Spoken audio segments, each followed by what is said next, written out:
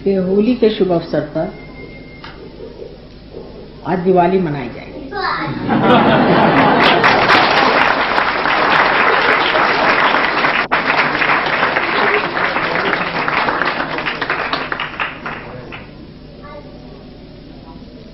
होली के दिन आप जानते हैं होलिका को जलाया गया। अग्नि का बड़ा भारी दान है, कार्य है, क्योंकि अग्नि देवता ने होलिका को वरदान दिया था कि किसी भी हालत में तुम जल नहीं सकते, और चाहे किसी भी तरह से मृत्यु आ जाए तो तुम जल नहीं सकते। और वरदान दे करके फिर वो बहुत पछता है, क्योंकि प्रहलाद को लेकर वो गोद में बैठे। अब अग्नि देवता के सामने प्रश्न पड़ा, धर्म का प्रश्न, कि मैंने उनको वचन दे दिया कि मैं तुमको जलाऊंगा नहीं, और इस वचन को मैं अब कैसे भंग करूं। और प्रहलाद तो स्वयं साक्षात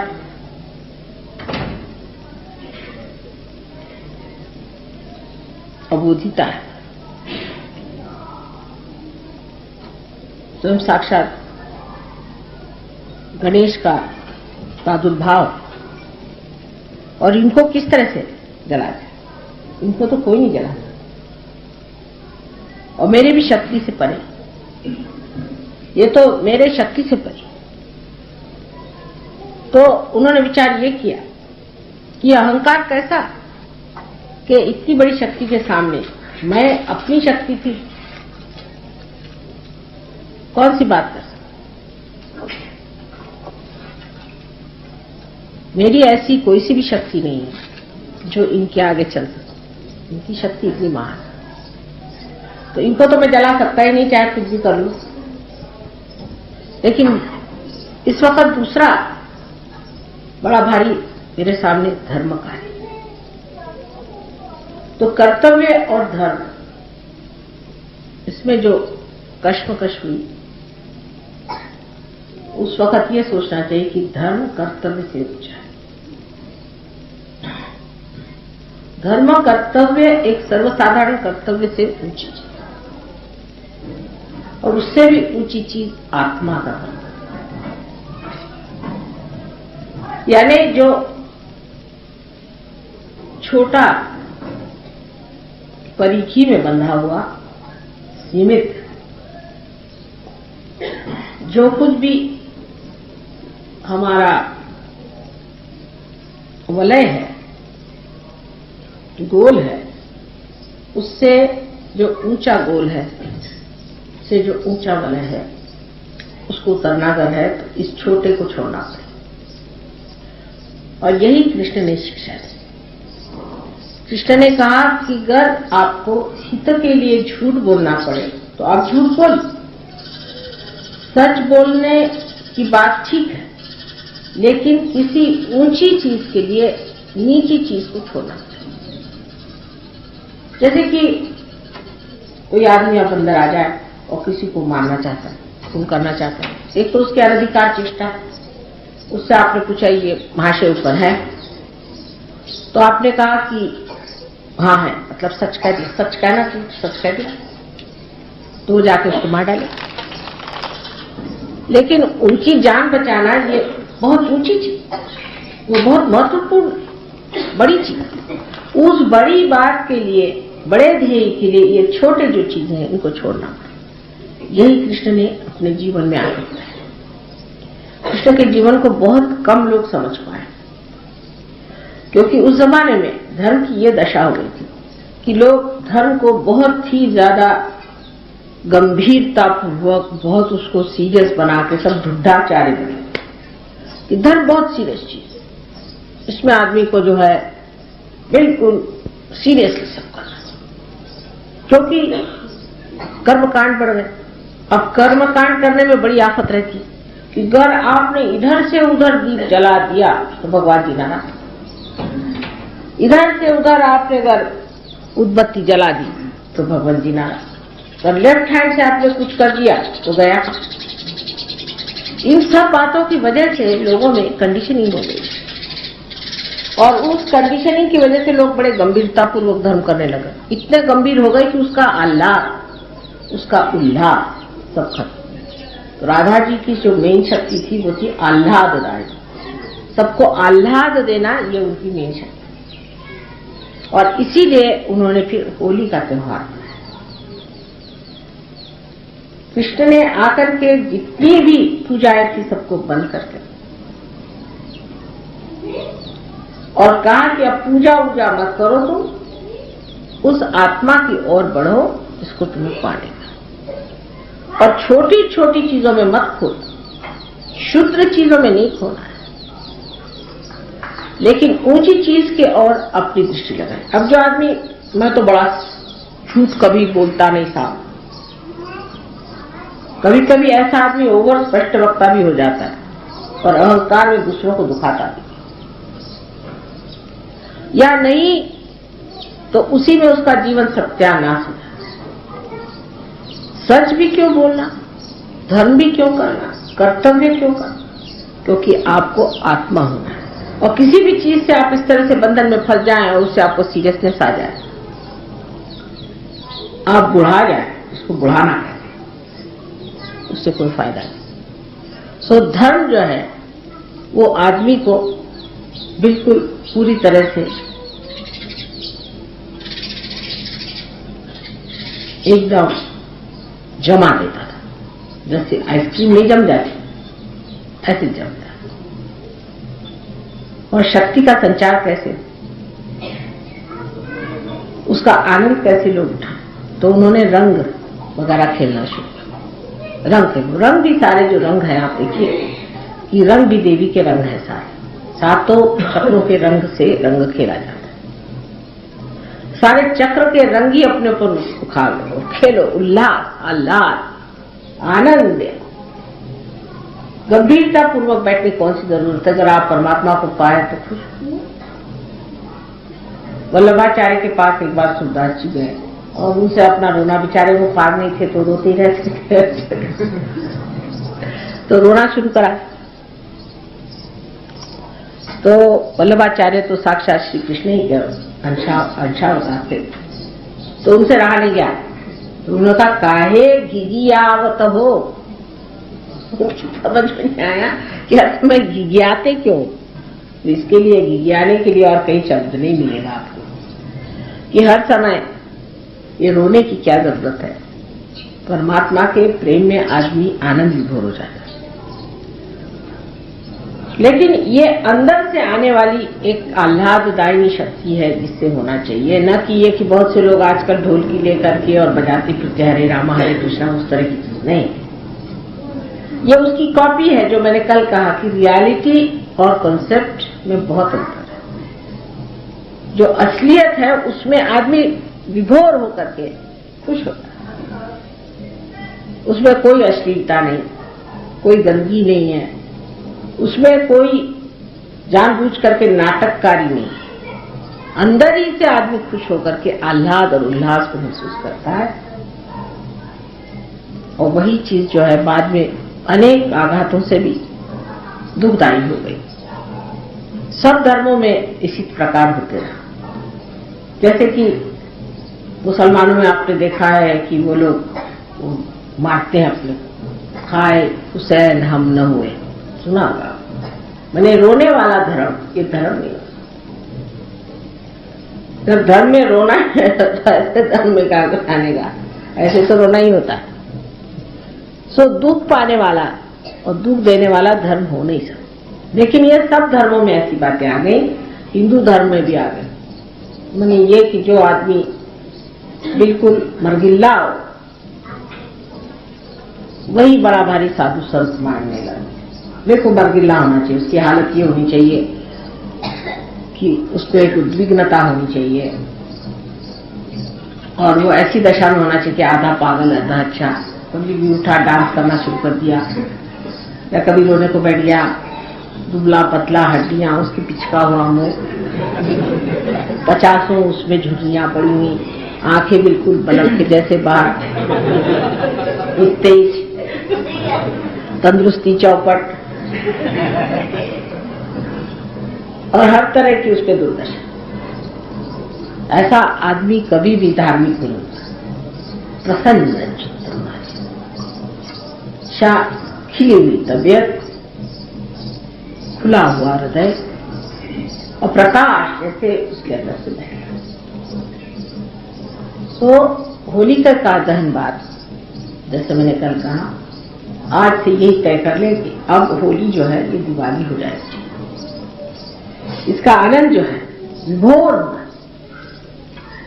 होली का आनंद सीमित होता है जबकि हम एक ही होली का जलाते हैं, लेकिन फिर वो कलेक्टिव कॉन्शियसनेस में बहता है। जैसे हर आदमी, चाहे वो चमार हो, भंगी हो, घर में कोई भी हो, तो जैसे हमारे खानदान में लखनऊ में जहाँ के रहने वाले हैं, जमींदार लोग हैं ये लोग, तो मजा लें कि जन्मादार बेचारे अंदर भी आ जाएं घर के अंदर। वैसे तो इन लोग के ऐसे कि तुम दहलीज छे क्यों आए, ये हद होती थी पहले। लेकिन होली के रोज चाहे फिर कोई भी हो, मालिक हो चाहे नौकर हो चाहे कोई, सब आपस में होली खेलते थे। यहाँ तक कि मालिक के कपड़े भी फाड़े तो उनको कुछ नहीं कहना, होली के रोज। और इस तरह से एक समाजवाद और एक सामाजिक खुशी का त्योहार अपने देश में शुरू। पर जैसे कि होली में भी आदमी फिर एक नीचे स्तर पर उतरने लग जाता है, अश्लीलता पे आ जाता है। ऐसे हर एक जगह होता ही है, हर चीज सड़ने से लग जाती है। सड़न इसलिए आती कि उसमें जीवंतता नहीं है। अगर चीज में जीवंतता हो तो चीज में सड़े। और इस तरह से जब होने लग जाता है तो वही चीज बहुत ही गंदी और बुरी दिखाने लगी। जब होली का त्योहार महाराष्ट्र में मनाया जाने लगा, तिलक वगैरह लोगों ने इसका बड़ा विरोध किया, क्योंकि लोग की गाली गलौज, गंदी बातें, क्योंकि यूपी के लोगों को वहां भैया लोग कहते हैं और महाराष्ट्र में मराठी में गालियां है ही नहीं, करीबन नहीं। और ये सब जो गालियां होती हैं गंदी गंदी, तो ये सब मराठी लोग भी हिंदी की गाली देते हैं, क्योंकि जब उनके आने तो उन्होंने यही इम्पोर्ट किया हुआ। और अधिकतर गालियां हिंदी की बोलते हैं और इन मराठी की गालियां तो कुछ होती नहीं है। और या तो फारसी लोग भी बहुत गालियां देते हैं और हमारे पंजाब की भी गालियां कुछ कुछ होती हैं, वो भी काफी बम्बई में चलती हैं। सो ये गाली गलौच आदि चीजें जो हैं, ये है कि अंदर की जो भड़ास है उसको निकाल दीजिए वगैरह वगैरह कहते हैं। इसको निकाल देने से अच्छा होता है, पर ये बड़ी रॉन्ग थी। ये कभी निकलती नहीं, ये जबान पे चढ़ जाती। हमने देखा है कि हमारे हस्बैंड तो जमींदार फैमिली के हैं, सिवाय हमारे हस्बैंड छोड़ के वहां हर आदमी गाली के सिवा बात ही नहीं करता। मतलब बड़ों में भी उनको गाली देने में कुछ लगता नहीं, पट से गाली देते। एक हमारे पति ऐसे है वाकई में, बट सुचारू रूप के आगे कभी भी उनके मुंह से मैंने गाली नहीं सुनी किसी के लिए। आज तक कभी उन्होंने किसी को गाली देते मैंने सुना नहीं, विशेष बात। लेकिन उनके घर में अगर किसी बात करते वक्त एक दो गाली नहीं दी तो वो सोचते उन्होंने प्रेम ही नहीं जताया।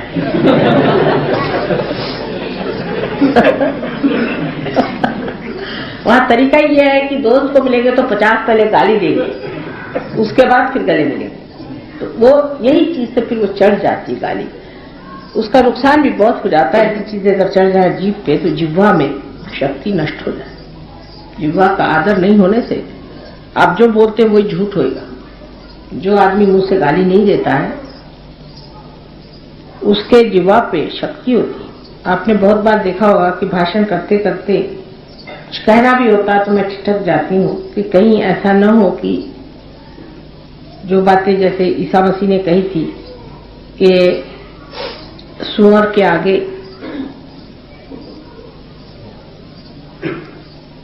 मोती नहीं डालना चाहिए। लेकिन अंग्रेजी में सुअर शब्द जो है ये गाली है और बहुत बुरी गाली है, और मराठी में नहीं है, पर तो भी थोड़ी सी है पर ज्यादा नहीं। पर अंग्रेजी भाषा में बोलते वक्त में नहीं बोलती हूँ। हिंदी में बोलते हो ठीक है, सुअर किसी कह दो तो ज्यादा से ज्यादा तय होगा कि बेवकूफ, लेकिन वहां पे बहुत गंदा शब्द होता है। इस तरह से जहां जहां जिस तरह का व्यवहार है उसकी मर्यादा रखते हुए आदमी को रहना चाहिए, नहीं तो जिह्वा जो है वो नष्ट हो जाती है। जिह्वा की शक्ति जो सरस्वती की है वो नष्ट हो जाती है। इसलिए भाषण में भी इसको वाचालता कहते हैं, वो पूरा होता है। और वाचालता के साथ भी अश्लीलता तो बहुत कुछ।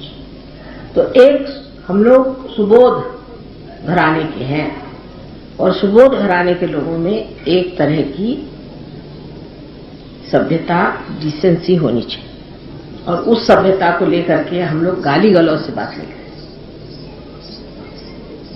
और इसलिए कहते हैं कि होली में कुछ न कुछ गाली देनी ही चाहिए। घर में भी तो आपने होली मनाई और इस तरह से घर में लोग भंग भी पीते हैं। अब बहुतों ने कहा एक दिन भंग पीने में क्या हर्ज है मां, कोई हर्ज तो है नहीं, ऐसी कोई हर्ज नहीं है। एक दिन भंग पी ले तो क्या भंगेड़ू नहीं हो जाते। पर अगर आप हमें भंग पीने को कहिए तो हम तो नहीं पिएंगे नहीं, क्योंकि वजह यह है कि हम तो पहले ही पिए हुए हैं, हमें कोई जरूरत नहीं। और लोग इसलिए पीते हैं कि सोचते हैं कि जो सीरियस लोग हैं वो जरा से हल्के हो जाते हैं, लेकिन ईगो ओरिएंटेड लोग हैं वो भंग पी लें तो थोड़े से लेफ्ट साइड को मूवमेंट हो जाती है तो जरा से खिल जाते, भंग में बकना शुरू कर देते। लेकिन भयंकर प्रकार है भंग, क्योंकि हमारे ससुराल जब हम गए तो हमें क्या पता था कि भंग वंग पीते। महाराष्ट्र में सब तरीका नहीं है। महाराष्ट्र जरा इस मामले में ज्यादा सभ्य है। औरतें तो बिल्कुल भंग का नाम ही नहीं, उनको अच्छा ही नहीं लगती सब चीजें। तो घर में गए तो आपको क्या पता था, सब भंग पिए बैठे। उनका खाना खाइए, हमने कहा भाई चलो खाना खाने बैठे तो इतनी बड़ी थाली में हम कायस्थ में जैसा तरीका था बड़ी थाली में बैठ के खाना शुरू किया। अब मैं तो जितना खाती हूँ आप जानते ही हैं, चलो उस दिन त्योहार का थोड़ा ज्यादा ही खा ले। अब वो खाते चली गई, खाते चली। हम कभी क्या हो रहा है कुछ समझ नहीं आता और हंसते जाए खाते जाए। तो हमारी जिठानी जी विधवा थी, तो विधवा लोग नहीं भंग पीती, विधवाओं के लिए सब मना। तो हमने कहा जी इनको क्या हो गया जी? तो वो सब हंसे जाए और खाते जाए, हंसी जाए। मेरी कुछ समझ भी नहीं आया क्या हो रहा है। तो उसके बाद उन्होंने बताया कि ये लोग सब भंग पिए हुए हैं। तो मैं वैसे ही उठी थाली पर से, नमस्कार करके और हाथ धोया और अपनी अटैची उठ के मैं ट्रेन में बैठे। किसी के पैर भी नहीं छुए, हमारे यहाँ पैर छूने के बाद कुछ नहीं, किसी का नहीं चलती। तो हमने कहा कहाँ गई? जब लखनऊ में उन्होंने खबर भेजी भाई कहाँ चली गई दुल्हन?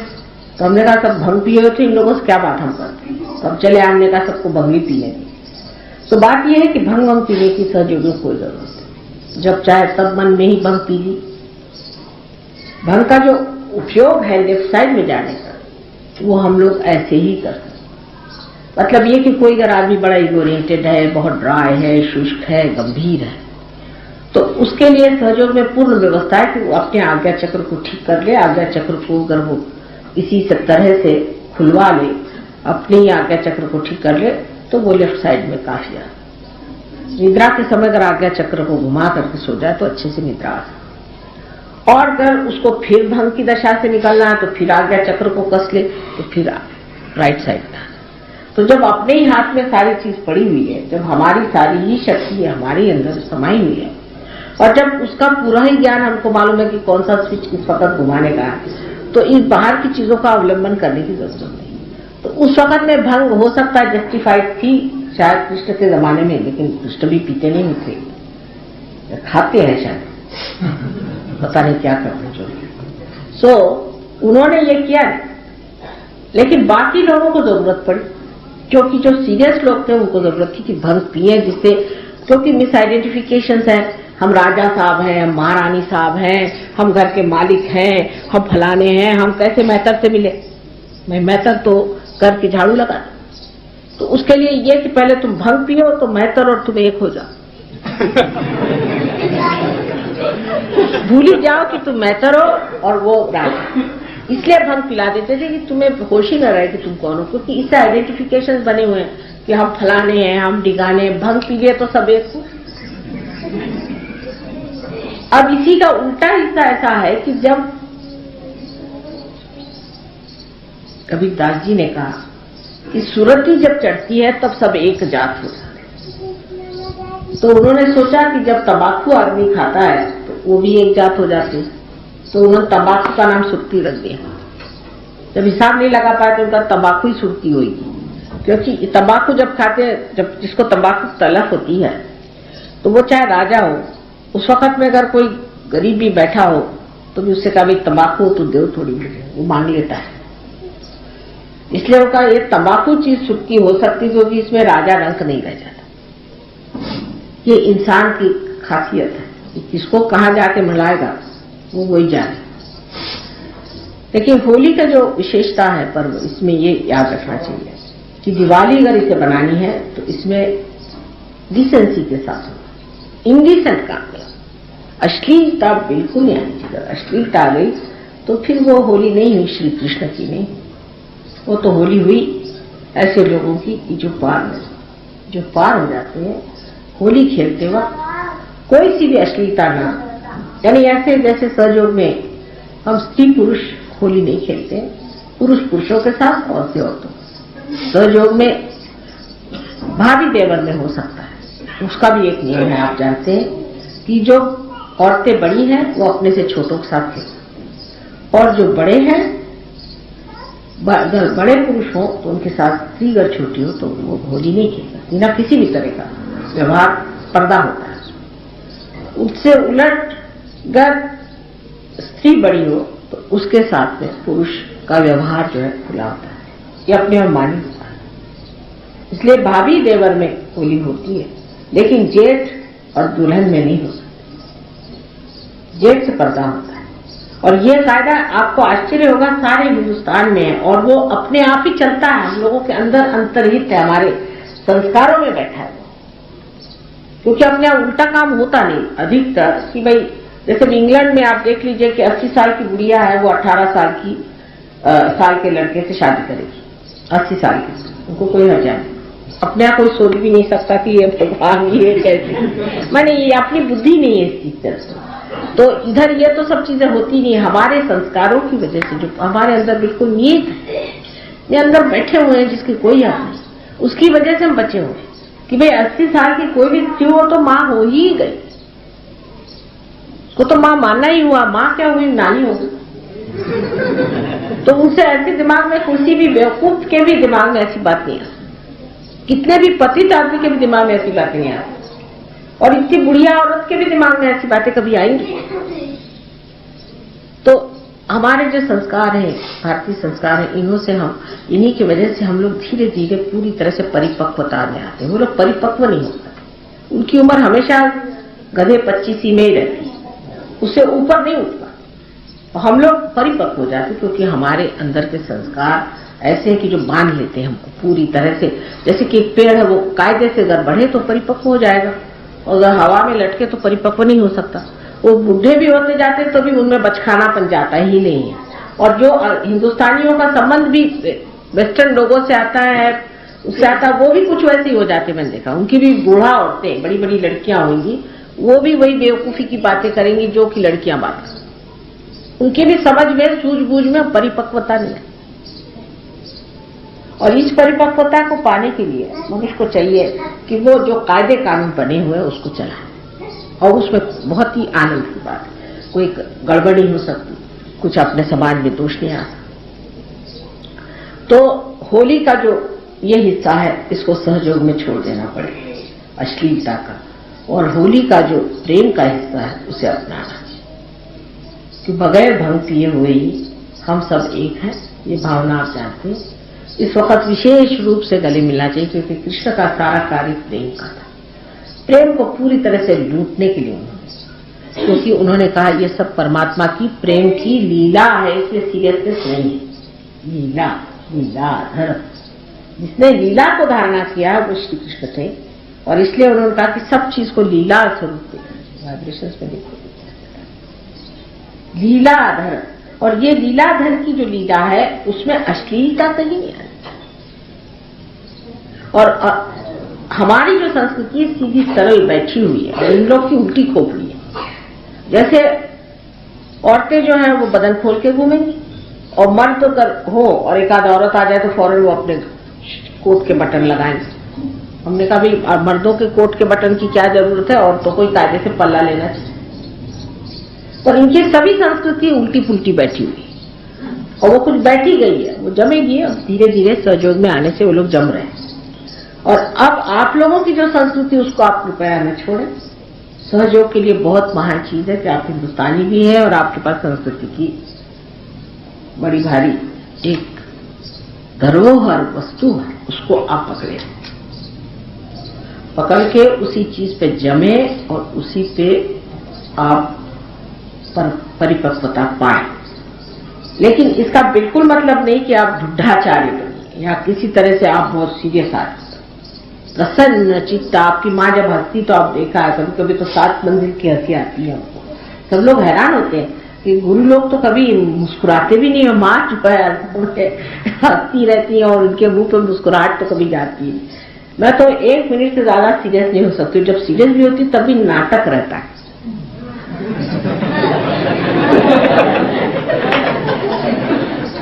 और बहुत से लोग इस बात को जान गए, इसलिए वो भी नहीं सीरियसली लेते, ये गलत बात।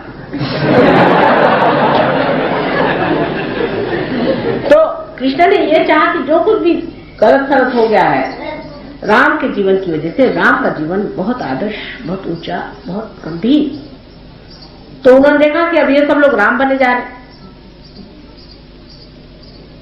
तो उन्होंने कहा ऐसी बात नहीं, वो तो राम का कार्य राम करके चले गए, अब तो लीला का समय, लीलामय सब होना चाहिए। और इसीलिए उन्होंने सारे संसार को लीला का एक पाठ पढ़ाया। और लीला का कभी भी अर्थ अश्लीलता या अपने मर्यादाओं से गिरना, अपनी परंपराओं से उतरना या अपनी जो प्राचीन धारणाएं बहुत सुंदर अभी तक बनी हुई उनको छोड़ना, ये नहीं। हाँ, रूढ़ी आदि जो गंदी चीजें उनको छोड़ देना, लेकिन जो पवित्रता की भावनाएं आपस की रिश्तेदारी की है उसको पूरी तरह से सहयोग में हम लोग मानते हैं और उसको निभाना चाहिए। भाई बहन के रिश्ते, अब कल हमारे भाई साहब आए थे, बस देखा उन्होंने कि हमारे बहन का, उनके आंखों से आंसू बह जा रहे हैं। मैं देख रही थी कि बार बार वो आंसू पूछ रहे, वो कुछ और महसूस नहीं कर रहे। सो ये जो पवित्रता की भावनाएं है, प्रेम की भावना है, इसमें आदमी को चाहिए कि सहयोग की दृष्टि से विचार करें, हर एक सहयोग की दृष्टि से। इस सहयोग की दृष्टि से जो शोभायमान वो होगा, तो माधुर्य को लेते हुए शोभायमान करना चाहिए। कोई सा भी बिहेवियर जो कि अशोभनीय है, छोटी छोटी बातों पे बात करना, छोटी छोटी बातों में उलझना, बेकार में आपस में झगड़े करना, किसी भी चीज की मांग करते रहना, हमको ये चाहिए वो चाहिए, या कोई भी तरह की इस तरह की बातें करना, ओछा। और ऐसे लोग सहयोग नहीं करते। एक बड़प्पन लेकर के, उदारता लेकर के अपने को चाहता। सो आज की तो असल में पूजा जो है वो बिल्कुल, मैं थोड़ी सी पूजा करना चाहती हूँ। तो वाइब्रेशन इतने हैं कि कोई पूजा की विशेष आवश्यकता नहीं, और मंत्र मंत्र कहने की भी आवश्यकता नहीं। मंत्र भी गांधीर्य में डाल देता है मुझको, पता नहीं क्यों। तो आज प्रसन्न चित्त होकर के बस 2 ही 3 मंत्रों में हम आज का खत्म करेंगे। लेकिन इतना मैं कहूंगी कि होली को दिवाली बनानी पड़े, और दिवाली को होली, तब सहयोग का इंटीग्रेशन पूरा होगा। दिवाली भी प्रसन्न चित्त होकर के करनी चाहिए। और दिवाली में भी लोग इतना रुपया खर्च करते हैं कि दिवाली के बाद दिवालिया होकर के यानी इसी से शब्द दिवालिया निकला है। क्या आप मान सकते हैं कि दिवाली से शब्द दिवालिया निकला? जिसने दिवाली मना ली वो दिवालिया हो गए। ये तो दिवालिया शब्द कैसे निकला, यही बताइए। कुछ कुछ बड़े सुंदर शब्द हैं, उसमें से दिवालिया शब्द कि दिवाली मनाई आपने, ठीक है, अब आप दिवालिया हो जाइए। सो हम लोगों को दिवालिया नहीं, कोई ऐसी चीज नहीं करनी चाहिए जो कि मर्यादा से बाहर है। दिवालिया नहीं होना, जितना अपने बूते का है उतना करिए, उससे आगे आप परमात्मा पर छोड़िए। दिवालियापन करने की जरूरत नहीं। और होली में दीवानगी करने की जरूरत नहीं। कोई सा भी कार्य ऐसा नहीं करना चाहिए जो इंडिसेंट हो, जिसमें डिकोरम नहीं हो, जिसमें कोई भी सभ्यता में न्यूनता, सभ्य तरीके से काम करो। छोटी छोटी चीज में आपके अंदाज आ जाएगा किसकी मर्यादा। जैसे अब कल आर्टिस्ट लोग बजा रहे थे, उस वक्त किसी को उठना नहीं चाहिए, किसी भी आर्ट का मान करना है। आपको बहुत बार देखा होगा कि जब कोई आर्टिस्ट बजा तो मैं खुद जमीन पर बैठती, क्योंकि आप भी सीखे। मान पान किसका करना चाहिए, सहयोगियों को बहुत आना चाहिए, क्योंकि प्रोटोकॉल। आर्टिस्ट लोग भी देखिए पैर पर हमेशा, ये ट्रेडिशन है, पैर पे हमेशा शॉल रख करके बजाएंगे अगर असली आर्टिस्ट हो, क्योंकि हो सकता है श्रोतागण में कोई बैठे हो देव देवता और मेरे पैर न दिखाई दे। अपने देश की इतनी बारीक बारीक चीजें हैं कि मैं आपसे क्या, ना सुंदर अपने देश में सब बना हुआ, ना सुंदर परमात्मा का कहना चाहिए कि अंग वस्त्र है, कि उसकी गहनता, उसकी बनावट में इतनी काव्य में सारी चीज, बहुत ही सुंदर काव्य में चीज, लेकिन हम लोग उसे नहीं समझ पाते और अपने जीवन में नहीं ला पाते, तो वो सब फिर गंदगी हो जाती है। मान पान की बात, अब कल जेठ बैठे हुए थे हमारे इस रिश्ते में, तो हमें आप देखिए पूरी समय पूरे लेक्चर में वो एक मर्यादा बनी रही कि हमारे जेठ बड़े भाई बैठे हुए हैं, उनके आगे कहां तक हम बोल सकते। अब तो हम आदिशक्ति, हमारे लिए कौन जेठ और हमारे लिए कौन बड़े भाई, लेकिन जब इस रिश्ते में बैठे हुए हैं उसका मान पान पूरी तरह से रखना, हर रिश्ते का मान पान रखना। आप कुछ भी हो जाओ, सहयोगी भी हो गए तो भी आप मान पान को लेंगे।